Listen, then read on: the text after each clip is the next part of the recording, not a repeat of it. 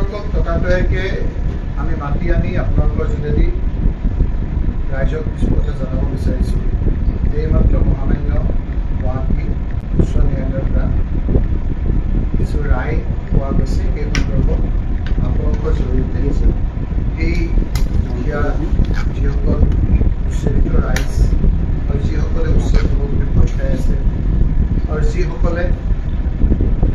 আমাক বিভিন্ন ধৰণৰ সমালোচনা কৰি আছে, এই সকলোলৈকে বিনম্ৰতাৰে কিছু কথা জনাব বিচাৰিছোঁ। আজি কিছুদিনৰ আগত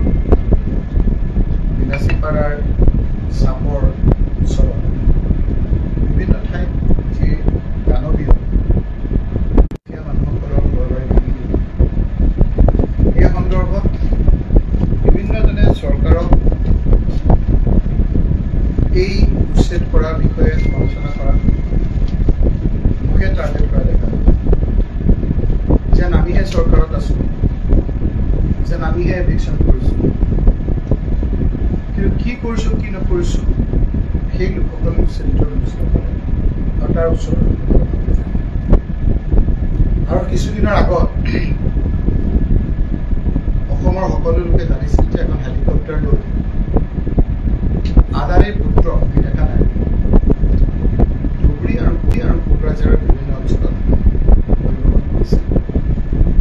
তাৰ পিছতে আমাৰ একেবাৰে প্ৰশাসন এনেকুৱা ধৰণৰ হৈ গৈছে, নিয়ম কানুন মানি এই দুখীয়া লোকসকলক আপোনালোকে সকাহ এই মানুহসকল বহুদিনীয়া, আজি দুদিন এদিন নহয়, 50-60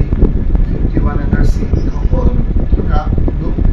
এই দুখীয়া লোকসকলক তেনেকৈ এজন ব্যক্তিগত লোকক লাভান্বিত কৰিব পাৰে। ঠিক পঞ্চায়ত নিৰ্বাচন আগমুহূৰ্তত যিখিনি অঞ্চলত বিলাচীপাৰা এই খবৰ চাবলৈ যোৱাৰ সময়ত তাৰ কিছু লোকে মোক ক'লে যে এই সময়খিনিত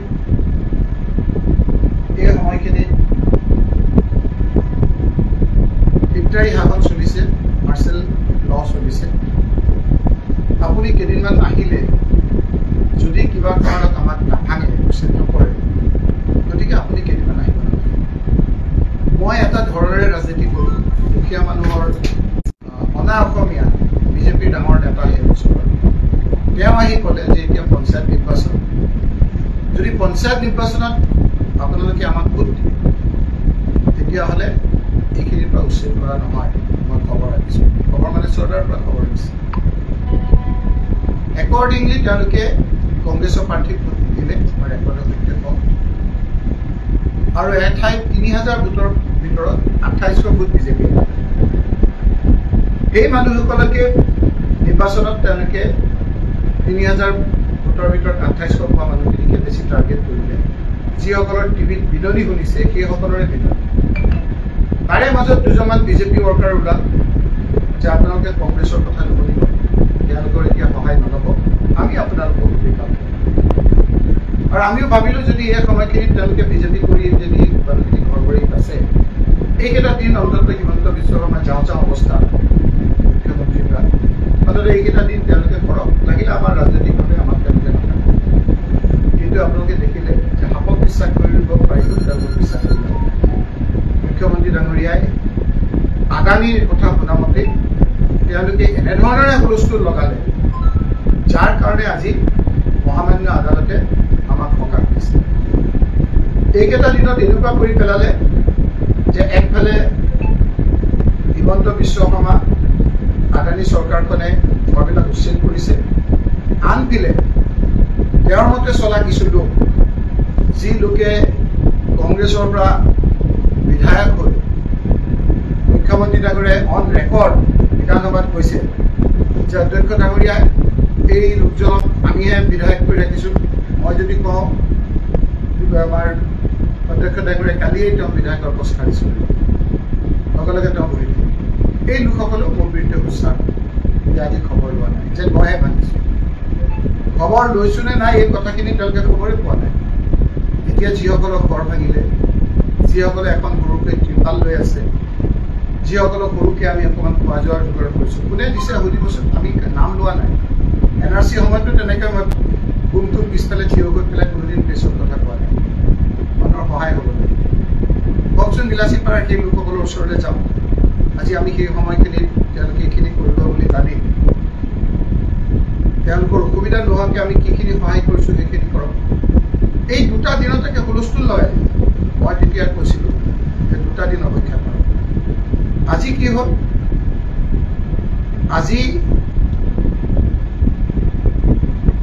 বিলাসীপাৰাৰ লগতে আপোনালোকে দেখুৱাই আছিলে টিভিটো দেখুৱাই আছিল আলমগঞ্জ বুলি এইটো কথা একদম ইমান হাজাৰ মাটি আজি আপোনাৰ উচ্ছেদ কৰি আমি সেইখিনিলৈ গ'লোঁ মই সিহঁতৰ লগত কথা পাতিলোঁ এনেকুৱা এটা অৱস্থা হৈছিল যে তেওঁলোকে আমাৰ ওচৰলৈ আহিবলৈ খোজা নাছিল পিছত বহুতে বুজিলে ওচৰলৈ আহিলে আমি ওচৰলৈ মাতি আনিলোঁ আৰু বাকী যিখিনি কাম আমি অলপ সহায় কৰিব পাৰিছোঁ সেইখিনি কথা এতিয়া এইকেইটা দিনত যিটো উচ্ছেদ কৰিব সেই উচ্ছেদ কৰাখিনি ঘোৰ অন্যায় কৰিছে নীতি বহিৰ্ভূত হৈছে আৰু আপোনাৰ মহামান্য আদালতৰ নিৰ্দেশ অমান্য কৰিছে 24/6/2025 তাৰিখে অনাৰেবল হাইকোৰ্টৰ এটা order this matter pertaining to eviction of the petitioners for execution construction of solar power project at Dhubri Adani project.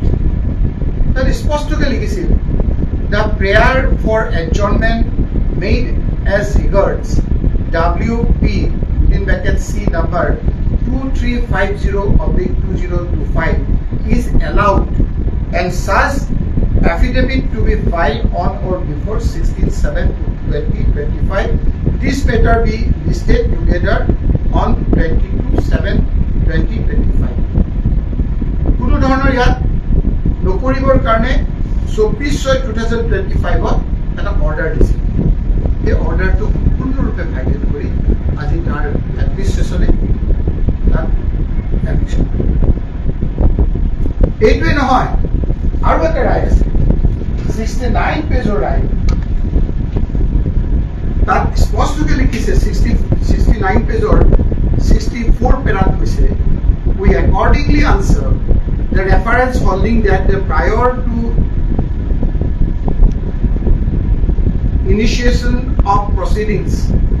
under rule 18 within bracket 2 of the settlement rules the occupant possessors of government lands have to be issued notice দিব দিছে তেওঁলোকে notice দিয়া নাই তেওঁলোকে এইটো নিয়মখিনি মানিবৰ কাৰণে কোৰ্টে কৈছিল আনন্দ অৰ্ডাৰত সেইখিনি মানা নাই কোনকেইটা অৰ্ডাৰৰ ভিত্তিত মানা নাই হাইকোৰ্টৰ কোনটো তেওঁলোকে কণ্ডেম কৰিছে এই কথাখিনি মই উল্লেখ কৰি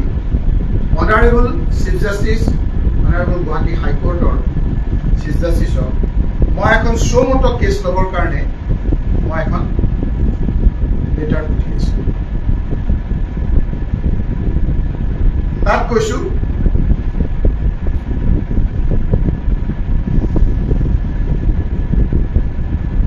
requesting for initiation of suo contempt proceedings against the Chief Secretary to the Government of Assam. Chief Secretary the party কৰিব লাগিব by that to the District Commissioner Dhubri is directly involved and a Circle Officer of Sapor Revenue Circle for willful and deliberate violation of the judgment and order dated 27/6/2024 passed in WP within bracket C number 1057/2022 by the Honorable Division Bench. It is so much case number karne ami Chief Justice Honorable Chief Justice অনুৰোধ কৰিছো গুটি অসম কপোৱা হিমন্ত বিশ্ব শৰ্মাৰ ডাঙৰীয়াৰ অবৈধ নিৰ্দেশক যিদৰে এডমিনিষ্ট্ৰেশ্যনে এইদৰে দুখীয়া মানুহক জীৱনক লৈ ঘৰ লৈ যিদৰে এটা খেলিলে এইটো এদিন নহয় এদিন ইয়াৰ বিচাৰ হ'বই যিসকলে ইলিগেলি এই অৰ্ডাৰ কৰিছে সেইসকলৰ আপোনাৰ শাস্তি হোৱাটো খাটান কাৰণ হাইকোৰ্টৰ এক্সিষ্টিং অৰ্ডাৰ তেওঁলোকে মানা নাই তেওঁলোকক কৈ দিছিলে যে তোমালোকে ডিউ নটিছ দিয়া তেওঁলোকৰ কথা বতৰা শুনা তাৰ পিছতহে এই কথাখিনি কৰিব লাগিছে এতিয়া আদানীক দিব লাগে মাটি বোধ হয় সিফালৰ পৰা ফোন আহি আছে গতিকে তেনেকুৱা এটা order Division Bench of Honorable High Court laid down law in the case of 15 days prior notice is mandatory for eviction of each of the occupants of Golf Khas and Saldas. But there will be no Mandina say, eat the boss, people are getting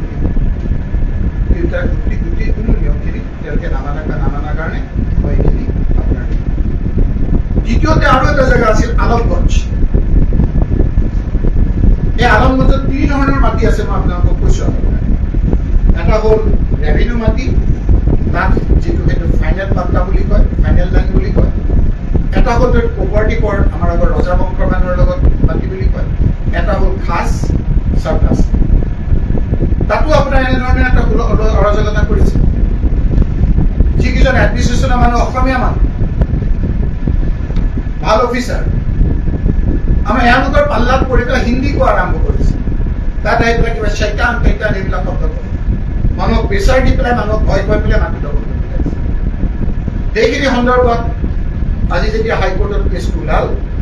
চৰকাৰে ক'লে যে তেনেকুৱা কোনো আমি তাত এতিয়া সত্যগতে কোনো আমি তাত এভিকশ্যন কৰাৰ কোনো আমি আমাৰ এতিয়া উদ্দেশ্য নাই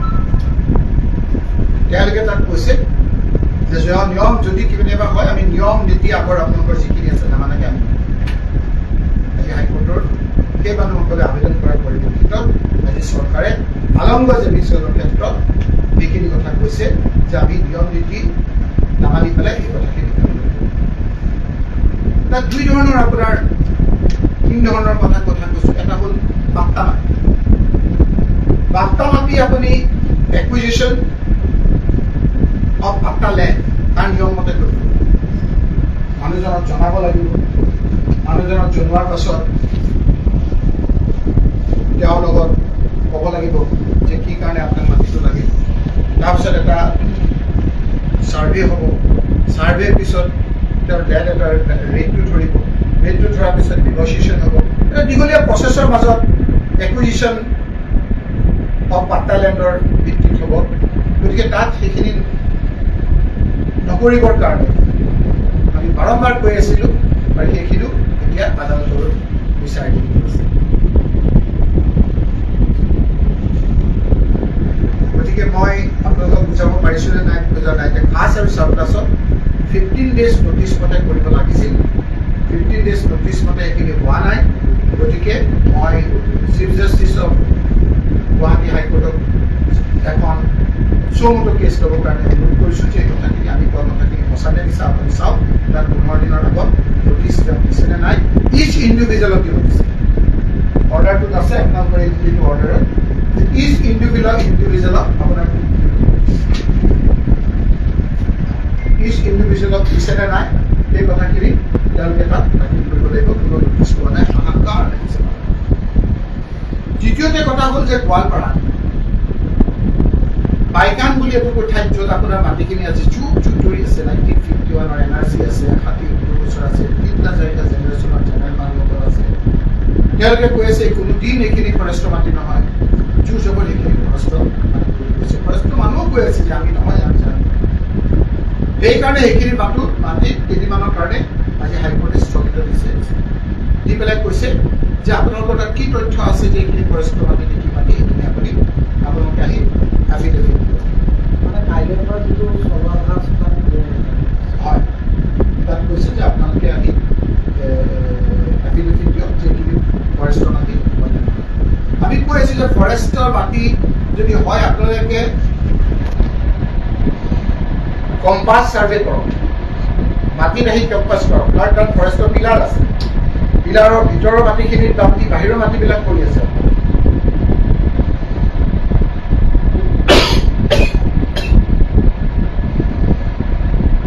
গতিকে এসপ্তাহৰ ভিতৰত